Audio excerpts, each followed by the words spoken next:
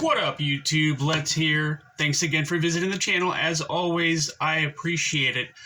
Really, this channel has far exceeded my expectations. The channel has become much more successful than I ever thought it would have. So I really appreciate that. You guys are making the dream happen for me. I can't thank you enough. So thank you. Hey, look, a knife, only smaller. I'm just kidding. It's a nice little knife here. This is the Finch Knives Runtly. I've always been interested in Finch knives. I just never pulled the trigger on one. So I'm glad to be able to have one in hand and check it out. Their quality is very good. For the price, it's right where it should be. We're gonna do a quick review on this guy, the Finch Knives Runtly. So we're looking at let's see here. This is overall a 5.5 inch knife, so very small. The blade is 2.25 inches. The handle is 3.25 inches, and we have a cutting edge here. Looks like 2.25 inches. The cutting edge looks like. So you have maybe another eighth of an inch past the cutting edge. So this is definitely going to be legal just about anywhere you are. Let's see, for comparison here, we've got the Rat Model 1, which is obviously going to be quite a bit larger than this guy, and the Rat Model 2 also is going to be larger than the Runtly, so this is definitely a smaller knife. Although it definitely feels it's got some presence in the hand, so I think it's more just because it's more of a chunky knife than anything else. The the 8020S obviously going to be quite a bit larger, and the 8020.5 is going to be quite a bit larger than this guy as well. The Spyderco Paramilitary 2 obviously is going to be quite a bit larger. And the Pair 3 is going to be probably the closest thing to the size of this knife, but definitely still much larger. Length, height, and thickness. Get these guys closed. There we go. So, you're looking quite a bit shorter than both these knives. The thickness on this guy is going to be just a little bit thicker than the Pair 3. Let's see where the height is on this blade. The higher part of the blade is going to be towards the end of the knife here, so I'd say that's still quite a bit shorter than the Pair 3, so not too much in the pocket or anything like that. So easy to carry, nice and light little knife.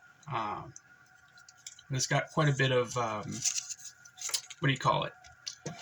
Character, I guess would be the best way to say it. See if this guy's still zeroed out. Perfect. All right, so we're looking at 3.1 ounces, which is actually heavier than I thought it was going to be. 3.1 ounces. Okay. All right, that's a surprise. Blade stock thickness. Zeroed out. Good. And we are looking at 116 thousandths on the blade stock, which isn't too bad. Excuse me. So this knife, I guess I did some reading up on it. The name for this knife came from actually a fishing lure, the Head and River Runt. I don't know if I'm saying that properly or not. But that was the idea behind the name for this knife. And I think, I don't know if this could be a fishing knife or anything like that. I don't really fish. So, this might be maybe the kind of knife that fishermen use, maybe not. I don't know that for sure. We're looking at, what is this, 154? Yes, 154 cm blade steel, which is, I guess, comparable to CPM 154. It's just 154 is the powder form. This is the ingot form. The blade has a stonewash finish down here. It kind of looks like it's got a satin finish up here. Almost looks like kind of a a two-tone blade, or I'm not saying that right, but you just got different finishes on the top here and on the grind part of the blade. You've got a flat grind that goes up about half the height of the blade, and this is a flipper operated knife running on bearings. The pivot is going to be a T8, and the rest of your body screws, as well as the pocket clip screw, is going to be T6. So that's a bummer, but it's a small knife. You know, what are you going to do? Let's see here. The clip is stonewashed titanium milled clip, and the liners are stainless steel liners, which is a steel liner lock knife. The detent on this guy is pretty good. Don't have any problems opening it or closing it. The disengagement is very good. It's easy to get to the liner, and it's very smooth. It doesn't drop shut, but for a knife this small, that's not really surprising. This guy goes for, I think it's $140. Let me see here. Yeah, $139, and this is available on several different websites. If you just look it up, it'll bring up a site that you can find it on. Another little cool aspect of this knife is the little label down here. This is glow in the dark. You'll have to just trust me on that. I'm not going to turn out the lights and check it. But yeah, this is a cool little knife. I carried this for a couple of days, and it's it works for everyday EDC cutting tasks, opening boxes, cutting tape and straps, stuff like that. It works very, very well for that. It's a pretty good slicer, but it is a thicker blade. So if you get anything harder than like regular cardboard, you're going to get caught up a little bit. And I will say I can get a full 4-finger grip on it if I choke up to the flipper part of the blade. So it's comfortable. I don't really get a hot spot from that pocket clip or anything, but this is definitely the smallest knife I've ever carried. It's a little bit too small for me. I don't think this would be something that I would purchase. But for most people who have smaller hands, I don't think that this would be too small for them. I think anybody who would be interested in this knife would be very, very happy with it. It's not, I expected to have some trouble with flipping it, because knives this small using a flipper tab, it just kind of gets a little awkward. But no, it flips out pretty easily. And like I said, you can access that lock bar fairly easily and just move it to the side and disengage the knife.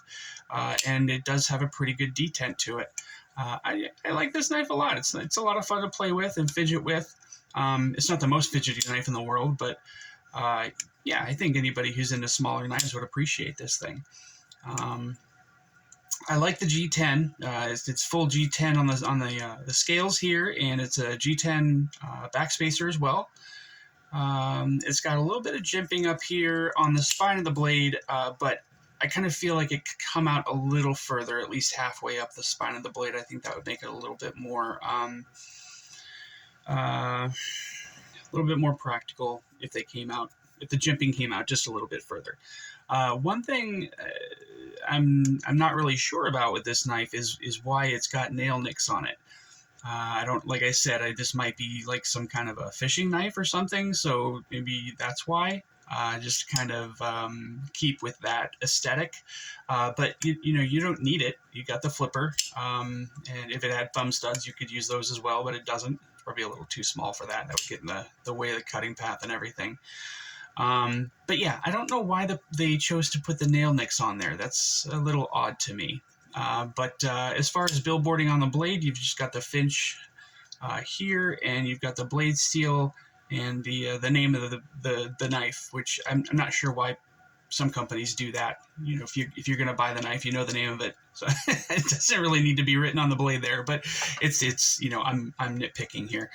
But yeah, it's a cool little, I don't know if you'd call that a cleaver, like maybe a sheep's foot blade. It doesn't really look like it qualifies to be a Warncliffe to me. This seems too tall, but yeah, I'm not sure exactly what you would call that blade, but that's okay. You don't need to anger the blade profile police. But yeah, this knife works really, really well. Nice and small in the pocket. Barely even notice that it's there.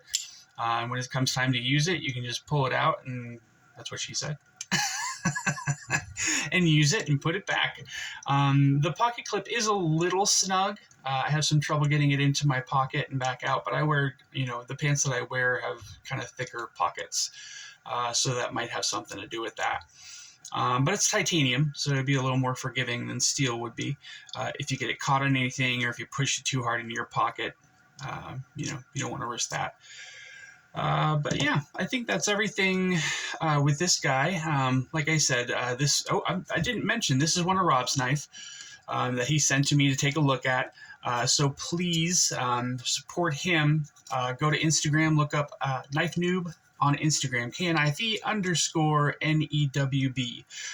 He's got a large collection of super cool knives, and he sends some to me from time to time to take a look at and do reviews on the channel. So without him, I also couldn't do this. So I owe him a big, big thank you for that.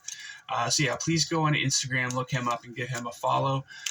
And while you're there, you can go ahead and look me up too. Let's_do_it_up at Instagram. Give me a follow there as well. I'd really appreciate that. But I hope you enjoyed the video. If you did, please like and subscribe. I'd really, really appreciate that. Stay up, y'all. Take it easy. Bye.